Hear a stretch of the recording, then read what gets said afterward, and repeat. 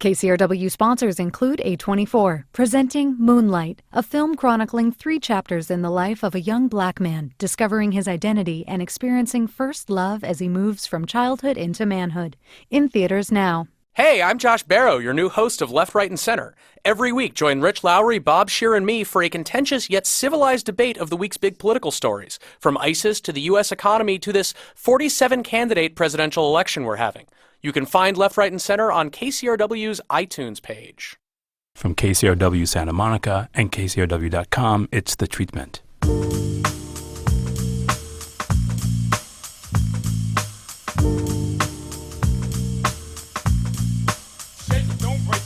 Welcome to The Treatment. I'm Elvis Mitchell. I'm sitting across from actor, clothes horse, author, stand-up comedian, and TV creator and producer Aziz Ansari. His new book, which I have sitting right next to me here, is Modern Romance. His new series, don't think of him as Tom Haverford anymore. He's not that guy. He's not Randy. He's now Dev. His new show on Netflix is the terrific new show. I mean, just let's talk about where the idea for the show came from. And just using the title, Master of None. Where does the title come from? Titles are very hard. And this actually plays into a lot of the themes of the show about how hard it is to make decisions sometimes. And the title of the show is very hard. And Master of None was just a phrase that I thought sounded cool and actually applied to the themes of the show. And so we used it. I think it's interesting, too. The show really starts... It's got an unusual kind of cold open where it seems like it's a cold open, in fact, but it's setting up story. And generally cold opens do something that don't relate to anything else that happens. But there's a cold open that then they always pay off at some point, if not in that episode, in episodes to come. And then the credits are like old show movie credits. Yeah. We were trying to we wanted the show to not feel so modern, but not feel like we were just doing a retro vibe. So it was kind of trying to take influences from the 70s and adapt them for the modern viewer in a way. And that had a lot to do with pacing and how I feel like now with single camera shows, the pacing is very fast and there's a lot of just going from single shot to single shot and the conversations are so fast and everyone's just saying a joke and it doesn't sound like a real conversation anymore, especially in comedies. It's just like people are trying to make it so funny. And I watch that stuff sometimes and I'm like, this is so crazy to me. Like, no one really talks like this. And so, one of our influences was older, 70s films, the Woody Allen stuff, Hal Ashby stuff, The Graduate, whatever, where things were a little more conversational and had a little more room to breathe. And I think we achieved it in the show where the dialogue is funny, but it sounds like real conversation and doesn't sound like, well, shouldn't all these people just become comedy writers? They're really funny, So that was definitely an influence in the vibe of the show. I think what's interesting about the show, too, is it almost has, in a way that's kind of slow, almost a Southern feel to it. And it sort of helps that both you and James Ponsall, who does the first 2 episodes, are Southerners. Yeah, people look at me and like he's probably a Southerner. And I actually am. I'm from South Carolina. But that rhythm, though, I mean, because James has done the show before and I am a little bit, and you sort of breathe when you talk. You're not rushing to get through things. And that the show has that kind of feel to it, too. Yeah, and I also think a big part of the show is that this main character, he's very empathetic and he wants to listen and hear where other people are coming from, which I think is a value that's kind of being lost in our current form of discourse. It's so much about just yelling at people and condemning people, and we kind of, with the Twitter culture and online culture, there seems to be a lack of interest in just kind of listening to people and having a dialogue and a conversation, and that's something we really wanted to have happen in the show, is have these characters be empathetic and try to see things from other people's point of views and listen. But you mentioned 70s stuff, and one of the things that comes across in this, and even in a lot of some of your stand-up stuff, is there's a kind of wistfulness in it, this kind of missing something that's not there. And I wonder if that's kind of was the starting off point for you, that theme of, you talked about him being an empathetic character, but that idea of him like wanting something that he can never quite get his hands on. That's a great observation. One of the moments that I referred to early on in the show was at the end of Shampoo. If you haven't seen Shampoo, go see Shampoo and don't listen for the next 10 seconds. But yeah, because you can see Shampoo in 10 seconds, so yeah. But then the rest of the interview will be okay. But I'm going to talk about the ending of Shampoo, where, Warren Beatty's like, all right, I figured it out. I'm going to ask this woman to marry me, and it's going to be great. And he goes up and asks this woman to marry him, and the woman's like, oh, no, I'm with that other guy. And he's like, oh, okay. And then she leaves, and he's just like, he's like standing on top of some hill, and he's just like, all right, what do I do now? And the movie ends, and it's a great ending. And no one does that anymore. Endings now, it's always they're like riding off together, the relationship's working now, and they're fine. And that other way of ending, the confusion ending, that just always hits me more. Like, that feels so real and interesting to me. And that was the thing they did in those movies. Another one is the Elaine May version of Heartbreak Kid. I love that ending. That movie, it's another fantastic film you should go see if you haven't seen it. But, Charles Grodin, the whole movie, it's, he's married the wrong woman, and then he meets Sybil Shepherd, and he's like, I've got to be with this woman. And then in the end, he's with her. He marries her. And then he's sitting around, and you can tell he's like, oh, I'm not happy. Like, I don't know what to do. And I feel like that really resonates with me and feels more real to me than just like, oh, and then we patch things up and the relationship's fine and we're together and everything's good, So I always said in the beginning, like, I want this show to live in that moment of confusion. Like, that's how I want this character to feel. Let's put this guy in that place. And that was definitely an influence that helped guide a lot of the stories. It's the treatment. We're talking about the fun and confusion with my guest Aziz Ansari, who is the creator and the star of the new series on Netflix, Masters of None. I'm also sitting with his book, Modern Romance. But it's funny because that sort of connection between the old world and the new world is this thing that the show is about, too. I mean, I'm thinking about the dating episode where his friends are telling him, well, if you don't hear back in 2 days, she doesn't want you. And so you have to – so he goes through these things that basically a lot of things you talk about in Modern Romance about how when you're texting somebody, you don't get this kind of response, you go to this kind of default.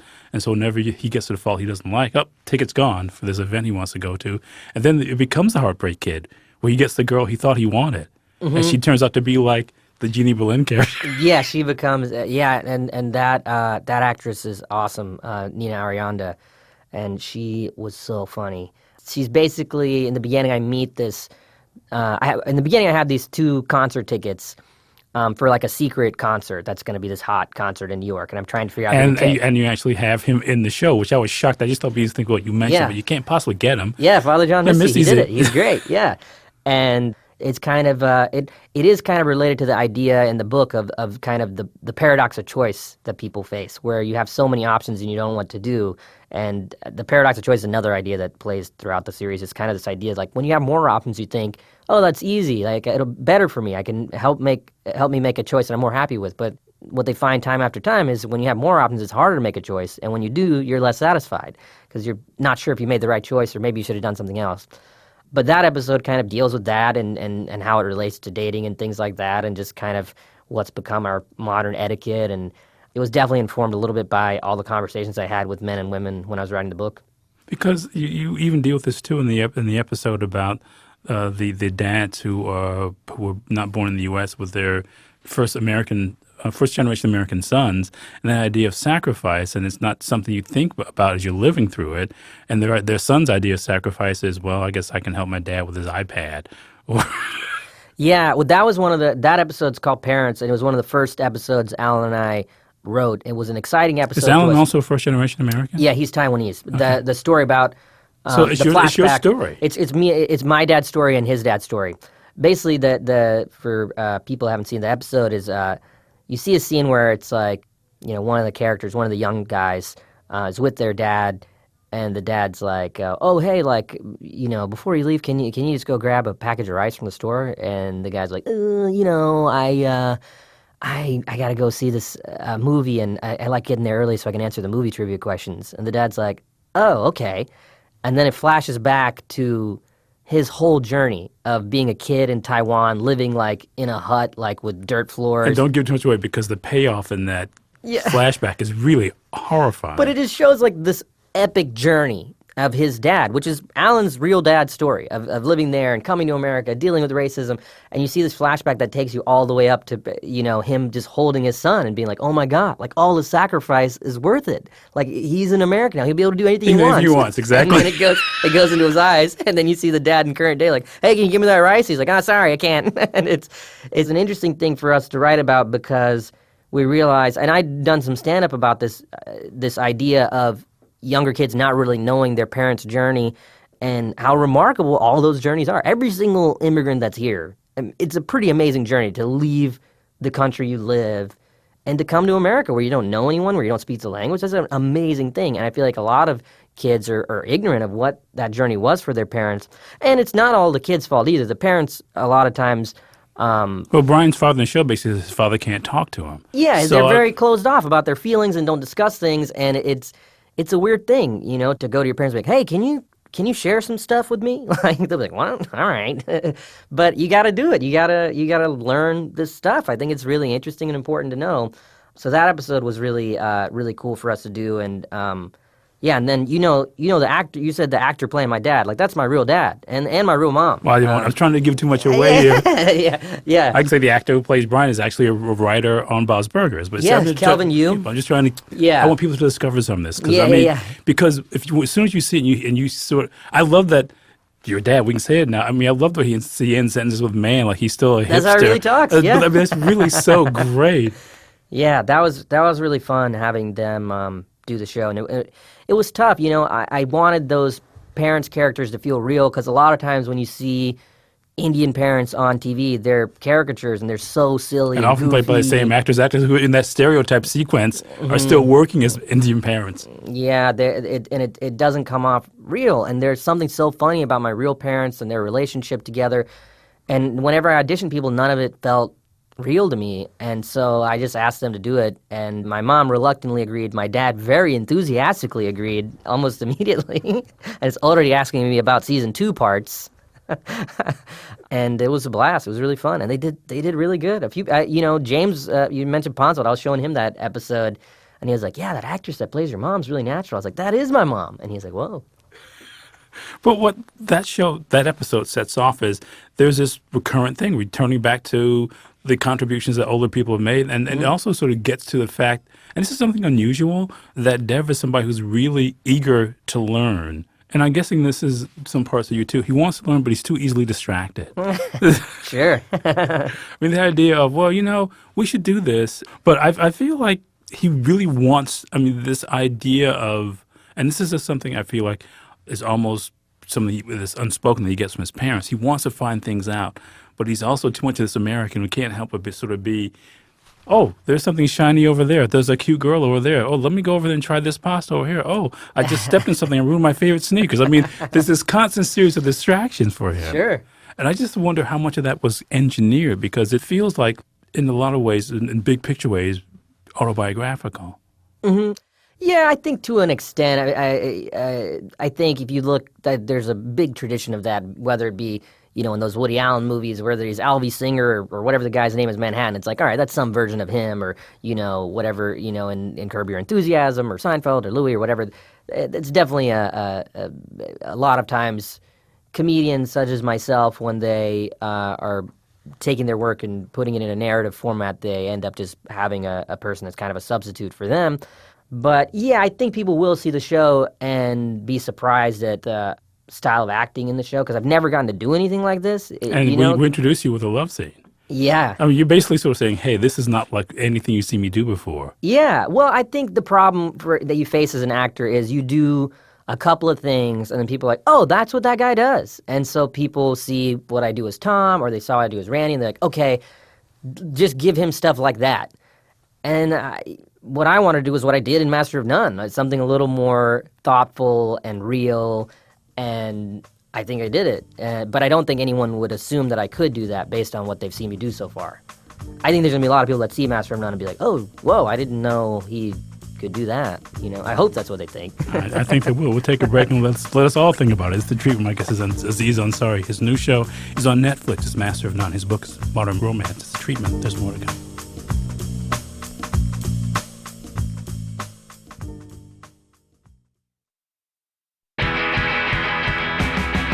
Take KCRW with you on one of our mobile apps. Available for iPhone, Android, and BlackBerry devices. Stream KCRW live, listen to podcasts, and our News 24 and Eclectic 24 streams.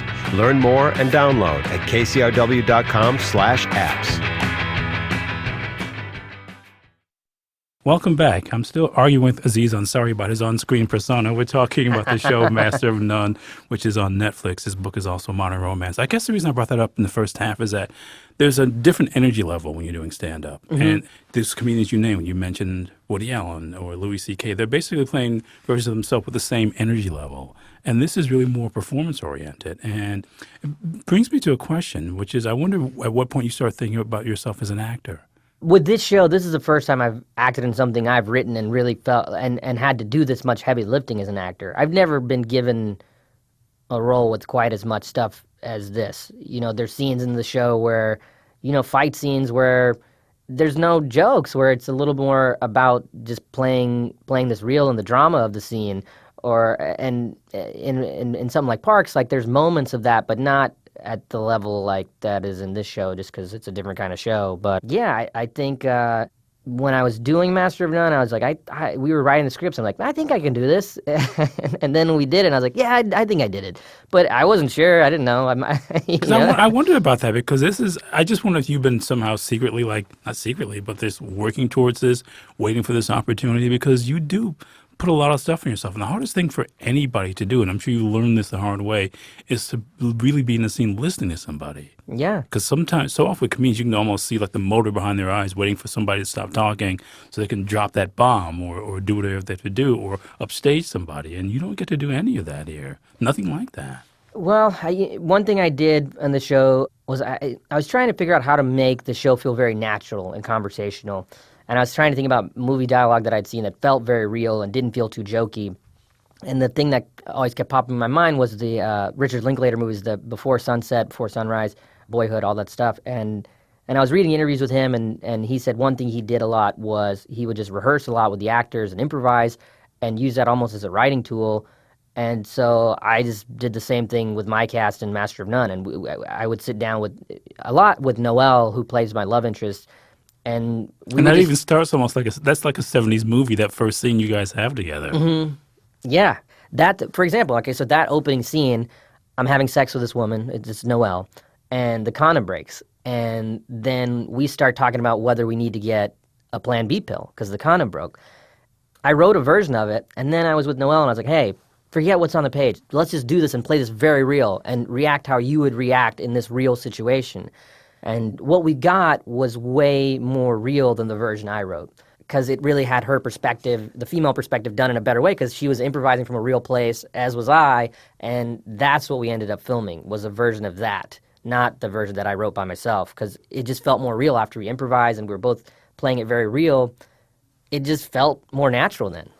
And we did that with a lot of scenes where it'd be like a fight scene or something like that. I'd be like, all right, let's get into a fight about this. And I would just record it on my iPhone, and then I'd transcribe it and kind of whittle it down to, what seemed like the best version for the scene. You were talking before we sat down, too, or rather before we started, about the Old People episode. You actually found somebody who was giving you an anecdote that ended up being something you used in the show as well. Yeah, one thing I learned from doing the book that I ended up applying to the show. And also, I have to say, you obviously become a skilled interviewer from... Oh, thank you. From the book. I mean, it's really something. Oh, that's very high praise from a skilled interviewer such as yourself. You've never heard the show before. Hey, I hear the questions you're asking me. It's great. I love having good conversations.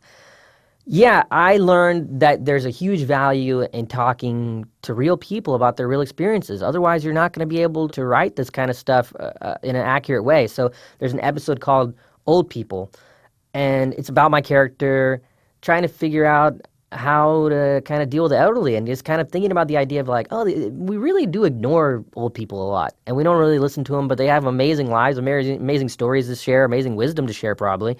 And so to write this episode, the character that I spent a lot of time with in that episode is an older woman that grew up in New York. So me and Alan had lunch with these 5 older Italian women and just kept asking them questions and hearing their stories. And it was really incredible to hear their stories. And we used that to help us craft that character. And when we sent the script to Lynn Cohen, the woman that plays that character, Carol, she like called us and was like, who wrote this? Like, I've never gotten this a part like this for a woman my age that felt this real. Like, who wrote it? And by the way, the point of it is she doesn't become the butt of the joke. I mean, at a certain point... It's not a rapping granny. Exactly. Yeah. You know what's interesting is you talk to grannies, you realize none of them rap. and they're not as confused by hip-hop music as you would think. They don't hear hip-hop music and immediately get very confused. They're familiar with it. But you know what? There's this weird tension that happens in that episode. I want to ask you about this. At a certain point when an older person is in a comedy that long, you're waiting for some joke about their pants falling down or something. Yeah, their hip or whatever. Yeah. And you don't ever do that. Well, I'm sensitive to that because as an Indian actor, you have your own little tropes that people go to. And yeah, you talk about how I was waiting for a role like this. It's like what I learned early on is like, you can't wait. No one's going to write that for you. No one's going to be like, oh, what about this, thoughtful, nuanced character for Aziz? He could probably do that. They're like, no, let's give him like some guy that yells, and that's now. When I first started, it was literally like one of the scenes in the show where it's like cab driver, scientist. Oh, can you do an accent? It's hard. And then I read this thing about The Martian where they had an Indian guy in the story and they changed it to his Vineet and they changed it to Vincent. So what are we going to do, Elvis? I got to write all this stuff myself. So that's what I did with Master of None. But as far as the Carol character, yeah, I think she'd gone through similar things. She has her own version of what I was describing for what happens to Indian actors where you get stuff where you're like, oh, this again. And I think she was pleasantly surprised that this wasn't something like that where it was making fun of this person for being old in these kind of cliched ways. And she was really genuine, like, who wrote this? And I was like, oh, it was an Indian guy and an Asian guy in their early 30s. And she was like, what? And I was like, no, we spent a lot of time talking to older women, and that's how we got it right. But again, that kind of reinforced that notion in my head that you really need to kind of, if you're going to do this stuff and do it well, you really got to put in the time and like get to know these people that you're trying to write a character about. Because if you try to just do it off the top of your head and what you assume, you're going to be so wrong. My guest who's trying to save every group from stereotype is Aziz Ansari. His new show on Netflix is Master of None. It's the treatment. I find myself thinking, though, getting brilliant, and this is what the episode that sort of crystallized for me, Dev's sort of interest and his need to be seen as somebody who wants to learn, and the fact that he doesn't listen. In the Nashville episode, where he's there in the plane with Rachel, and he says, well, of course, well, you came from Miami. She goes, no, I didn't. She says, well, I guess I never knew that. And then she proceeds to name all these things about him. So she's actually been paying attention, and we see that he hasn't. But you also see that it's this thing that registers, well, I should have been. But why? And again, that to me, that episode really crystallized who the character was. Yeah, that episode was really fun. And we shot it in Nashville. It was one of the ones I directed. And did you eat lots of hot fried chicken down there? Not too much. I ate a little bit, but yeah, that was the last episode we shot. And I was running on fumes by then. It was hard. Luckily, Alan was there, or else I would have been in trouble because it was blazing hot.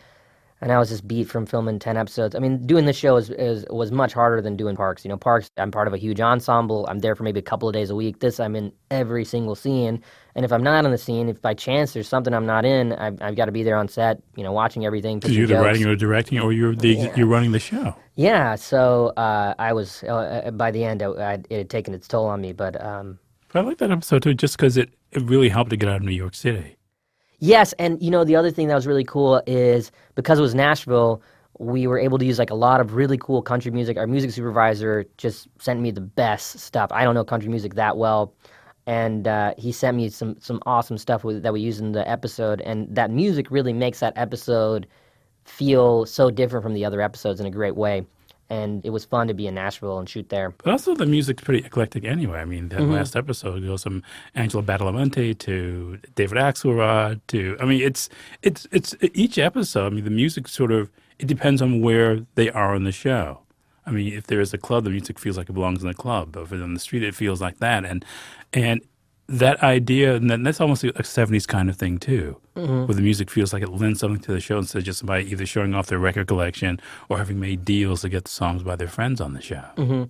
Yeah, the music was really important to us. One thing that was cool is each episode, I think this is the only show that's done this, we have a different theme song every episode, and it's really specific to that episode. We put a lot of thought into what those songs are.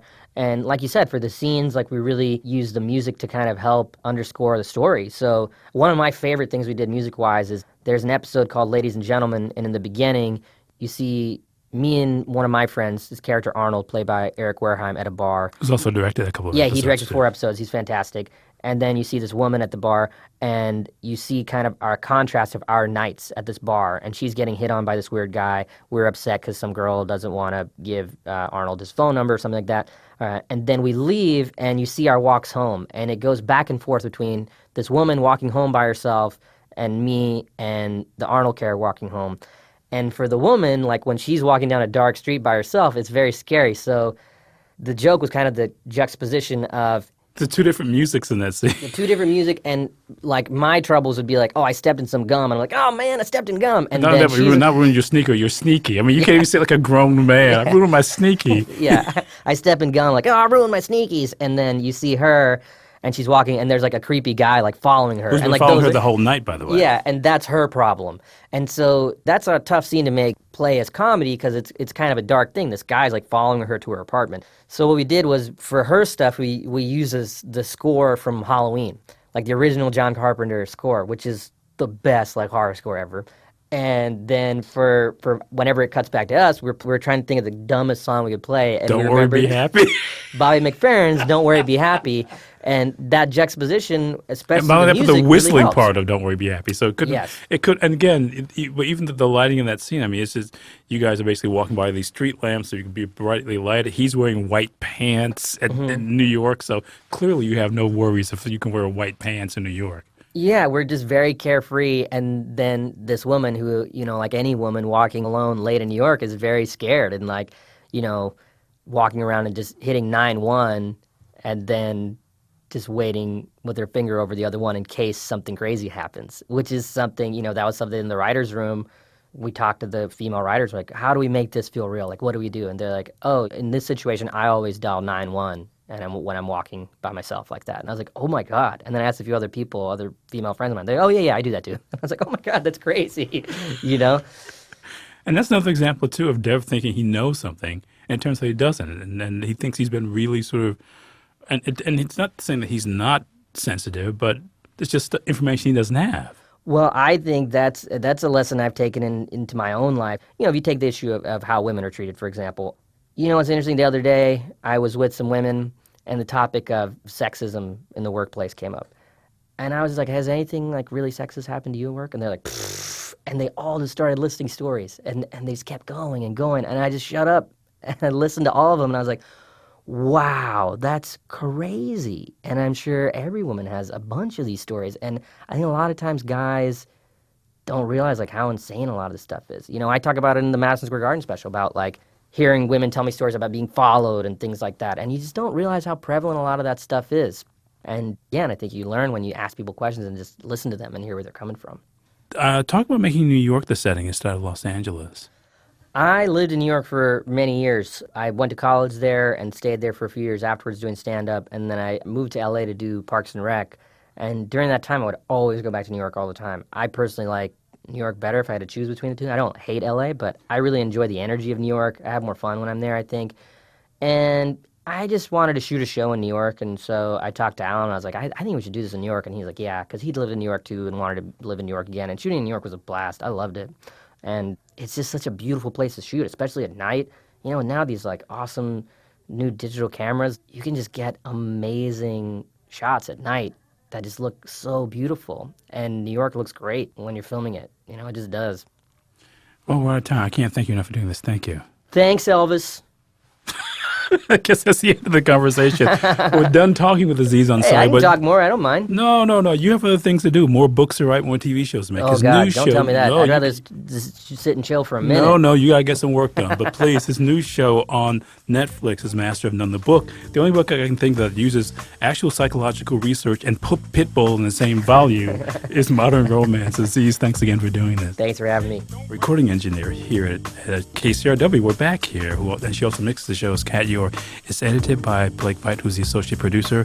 I'm going to go buy some delicious food. It's The Treatment.